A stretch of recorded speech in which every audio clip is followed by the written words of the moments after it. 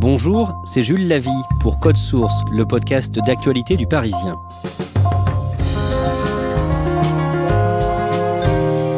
Les États-Unis sont officiellement le pays le plus endeuillé par le Covid-19. Plus de 46 000 morts à la date du 23 avril. Dans ce pays, cette crise sanitaire et économique survient en pleine campagne électorale pour la présidentielle du 3 novembre. Now the Democrats are politicizing the coronavirus. You know that, coronavirus. And this is their new hoax. Comment Donald Trump gère-t-il l'épidémie de coronavirus ? Code Source répond en 2 épisodes à cette question avec le correspondant de Radio France aux États-Unis, Grégory Phillips.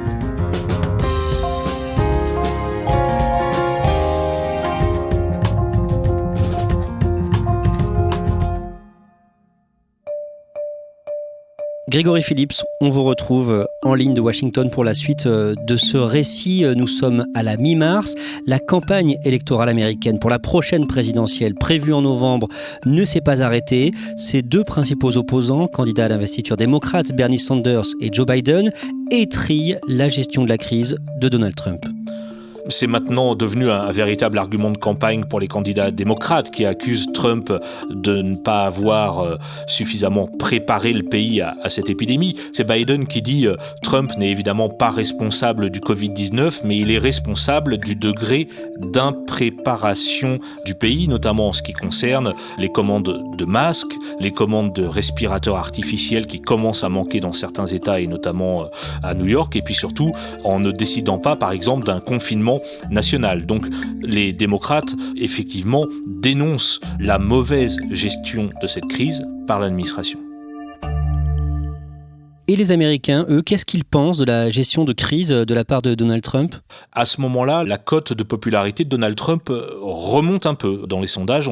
On note ce mouvement. Et puis il y a aussi, chez les Américains, sans doute, le sentiment que la situation n'est pas encore très grave, c'est-à-dire qu'il y a parfois, notamment en Californie, des premières mesures de confinement, mais assez peu respectées. On voit encore beaucoup de monde sur les plages, dans les parcs publics. Et donc les Américains n'ont pas encore véritablement, je pense, à ce moment-là, conscience de la gravité de la situation. Le lundi 16 mars, Donald Trump émet une série de recommandations. Pour la première fois, la Maison-Blanche évoque des mesures de distanciation sociale. Ainsi, mon administration recommande que tous les Américains, y compris les jeunes et les personnes non malades, travaillent à domicile, restent à la maison au lieu d'aller à l'école, évitent les rassemblements de plus de 10 personnes. Ce ne sont pas des obligations, mais des recommandations. Il y a un cahier de 3 ou 4 pages qui explique les gestes barrières, les bonnes mesures à prendre. C'est ce même jour aussi que la ville de New York annonce la fermeture des écoles. Ça aussi, c'est important. C'est le premier système scolaire aux États-Unis, plus d'1 million d'élèves. Et quand New York annonce la fermeture des écoles, évidemment, ça marque les esprits. Le 17 mars, le Covid-19 est présent dans les 50 États américains. Il y a au total plus de 150 morts et les États prennent des mesures en ordre dispersé.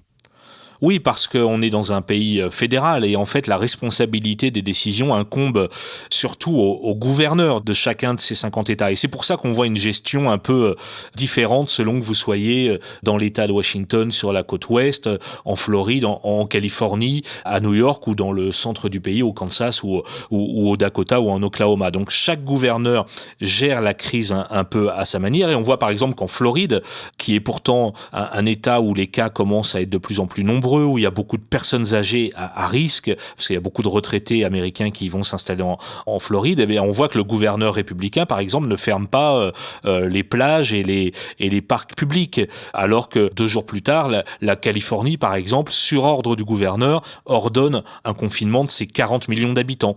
Selon l'État où vous habitez, les mesures sont extrêmement différentes. Le 20 mars, le gouverneur de l'État de New York, Andrew Cuomo, décide à son tour de confiner la population. Alors évidemment, c'est très important, c'est la première ville des États-Unis. Andrew Cuomo est le gouverneur démocrate de l'État de New York et donc il annonce le confinement.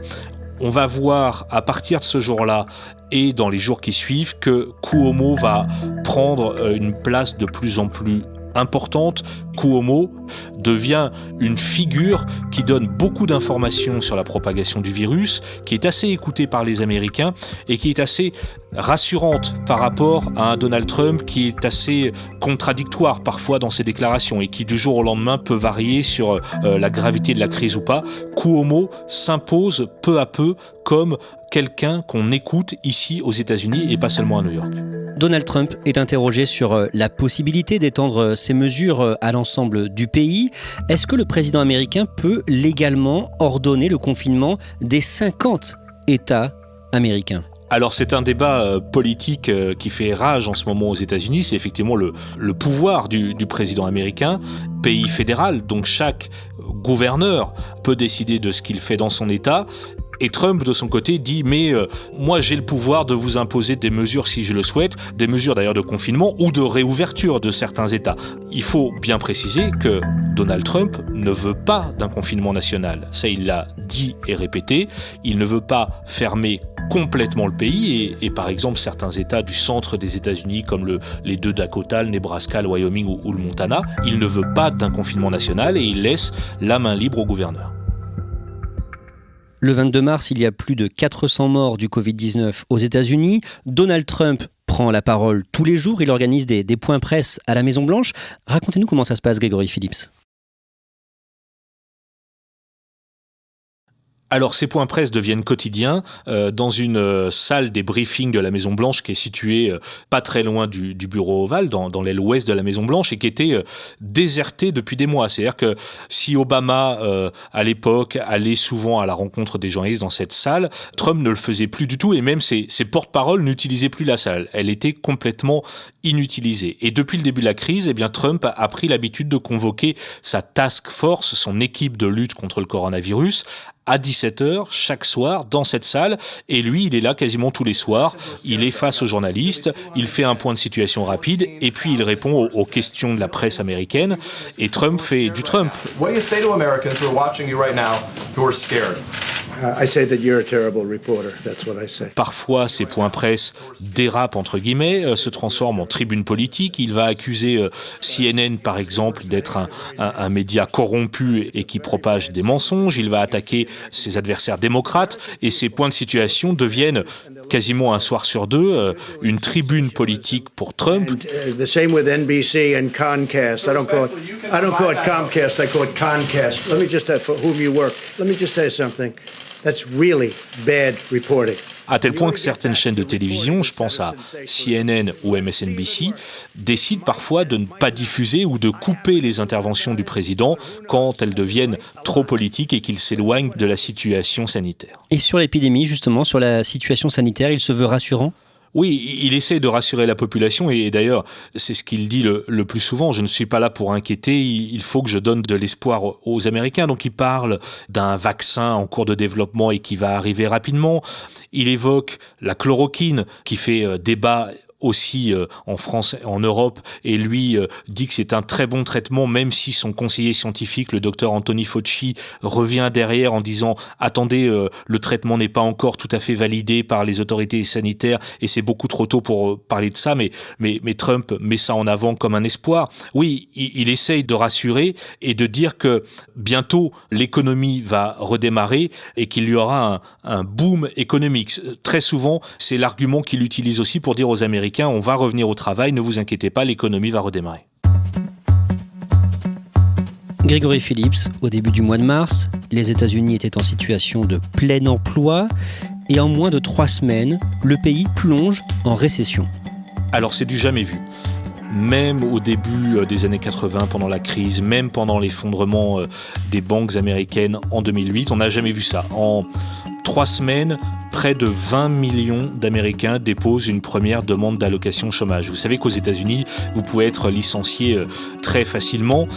Il y a notamment beaucoup de gens qui travaillent dans le secteur du tourisme, de l'hôtellerie, de la restauration, qui du jour au lendemain se retrouvent sans rien et se retrouvent à pointer au chômage. Alors évidemment, pour ces 20 millions d'Américains, la situation est terrible, d'autant plus que évidemment les filets de protection sociale ici aux États-Unis sont extrêmement faibles et limités.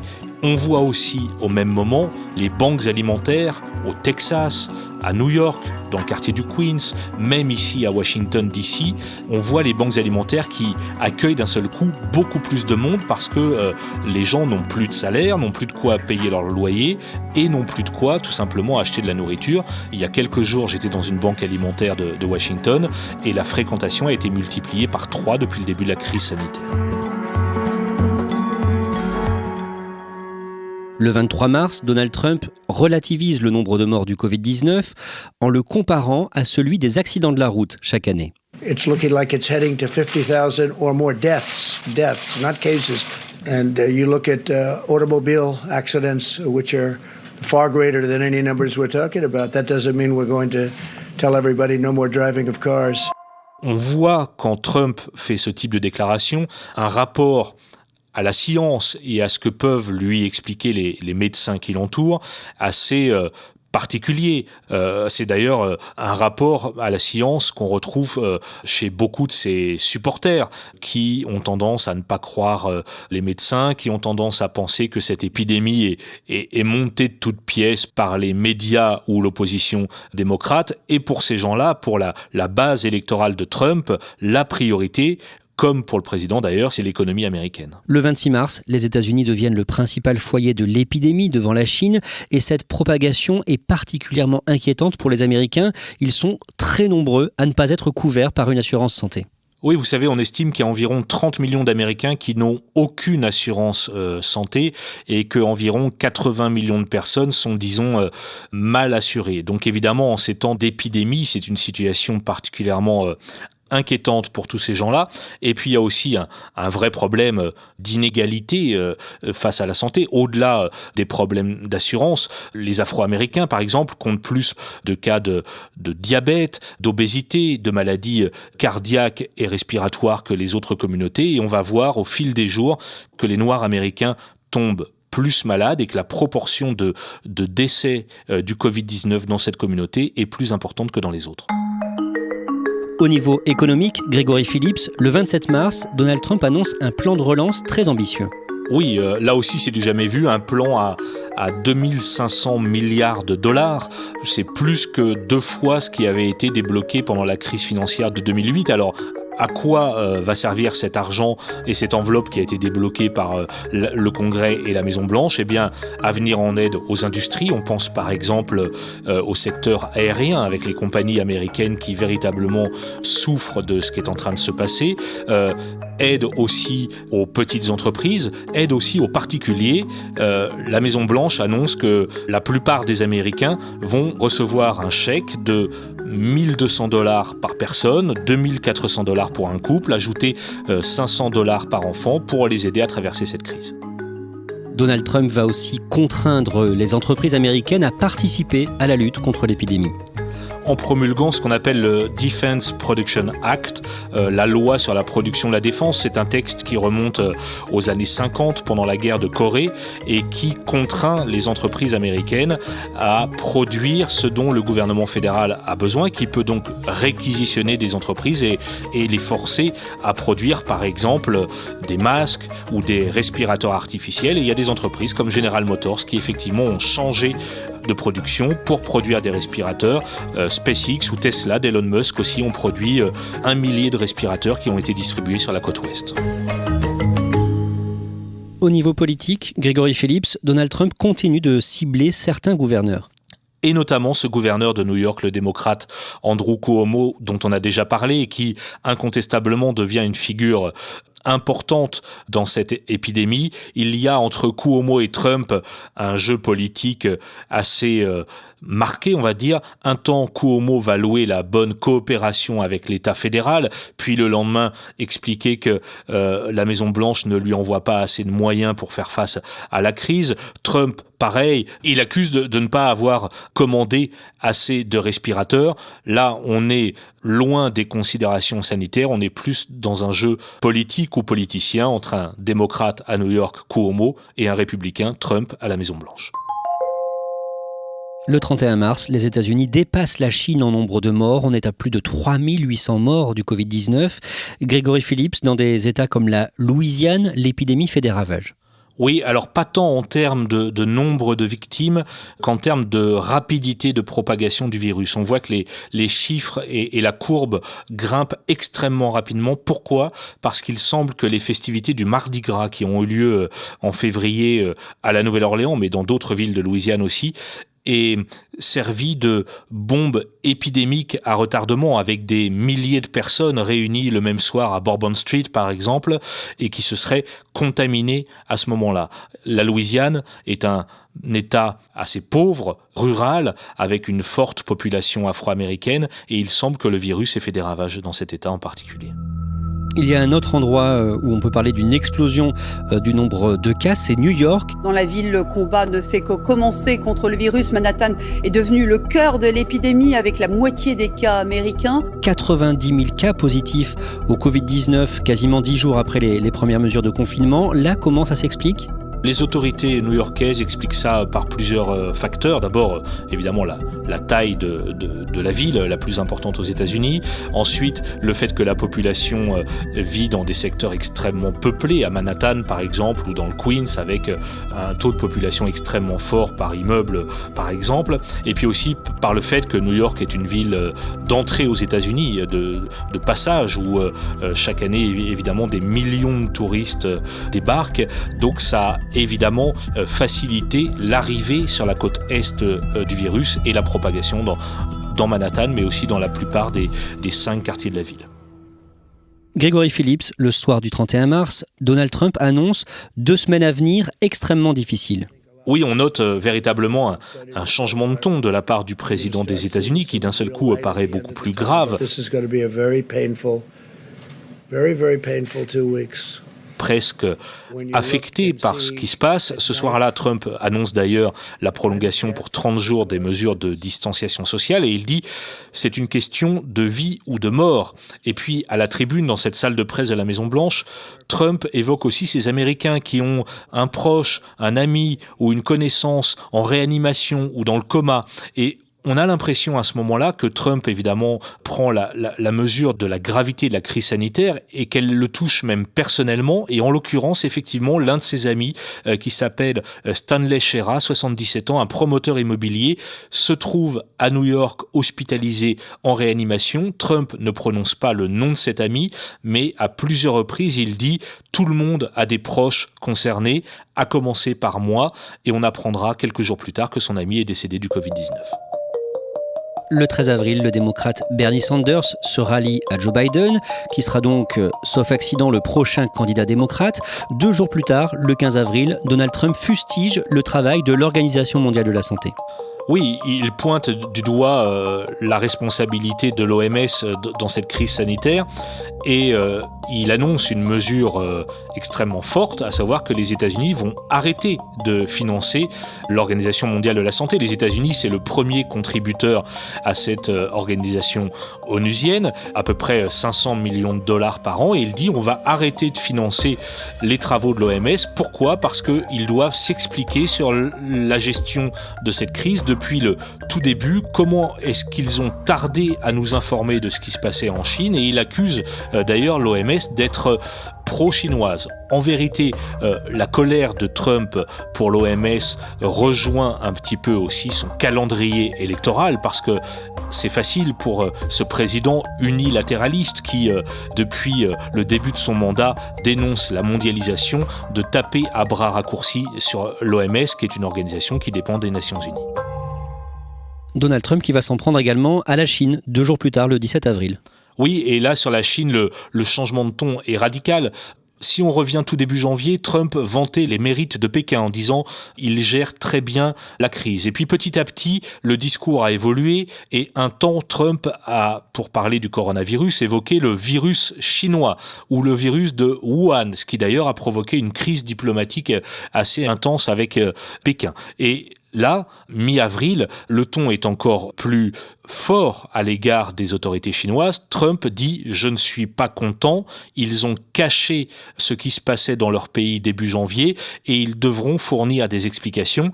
Évidemment, pour Donald Trump, qui est en campagne électorale et qui, évidemment, est critiqué pour sa gestion de la crise et son absence de réaction, c'est important de trouver un bouc émissaire, si je puis dire, et de désigner par exemple les autorités chinoises.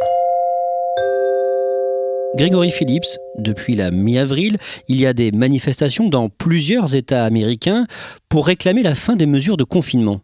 Oui, on a vu ça notamment dans le Michigan, où 3000 personnes se sont réunies la semaine dernière et ont défié les consignes de confinement pour réclamer la reprise immédiate de l'activité économique et pour dire aussi ce confinement restreint nos libertés. Alors dans cette foule de 3000 personnes, on a vu beaucoup de supporters de Trump, des drapeaux Trump 2020. On a vu aussi des gens en armes disant « Vous voyez, vous restreignez nos libertés aujourd'hui à la faveur de cette épidémie. Demain, vous voudrez nous interdire le droit de porter des armes et supprimer le 2e amendement de la Constitution des États-Unis. » Il y a eu d'autres manifestations dans le Minnesota, dans l'État de Virginie, également dans l'État de New York. Alors, ce ne sont pas des manifestations massives. On parle de quelques centaines de personnes et on parle là de la frange la plus conservatrice, sans doute des supporters de Trump. On parle aussi de militants d'extrême droite. Mais en tout cas, ces manifestants anti-confinement et pro-Trump ont reçu le soutien du président qui, dans des tweets, a écrit « Libérer la Virginie, libérer le Minnesota, libérer le Michigan », sous-entendu « Mettez fin au confinement et laissez l'activité économique reprendre ». À la date du 20 avril, le Covid-19 avait fait environ 40 000 morts aux États-Unis. Gregory Phillips, quand on vous écoute, quand on écoute votre récit, on voit bien que le pays, malgré cette crise, est en pleine campagne présidentielle. Est-ce que pour Donald Trump, cette crise peut lui coûter sa réélection ? Alors écoutez, cette période est tellement particulière et cette campagne électorale est devenue tellement imprévisible. On ne sait même pas si les conventions démocrates et républicaines pourront avoir lieu cet été comme prévu, que je serais bien en peine de vous répondre. Mais il y a une chose qui est certaine, c'est que avant l'épidémie, Trump, pour sa réélection, misait sur une chose, l'économie. Il n'arrêtait pas de le dire. On avait un taux de chômage à 3,5%, on avait la bourse de New York qui ne cessait de caracoler et de grimper, et il disait « on a la meilleure économie du monde ». Aujourd'hui, on est quasiment en récession. On va avoir un taux de chômage qui, sans doute, va bientôt avoisiner les 13, 14, voire 15%. Donc pour Trump, au-delà de la gestion de la crise sanitaire, la priorité absolue, c'est de redémarrer le pays, de rouvrir les États-Unis et de faire fonctionner à nouveau cette économie, parce que si les États-Unis sont en récession en novembre, ce sera sans doute beaucoup plus compliqué pour lui.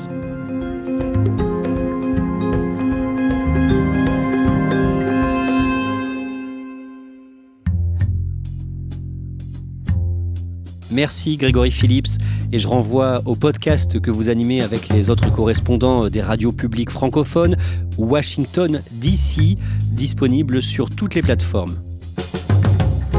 Code Source est le podcast d'actualité du Parisien, disponible chaque soir du lundi au vendredi. Si vous aimez Code Source, n'hésitez pas à nous le dire en mettant des petites étoiles et en vous abonnant sur votre application de podcast préférée.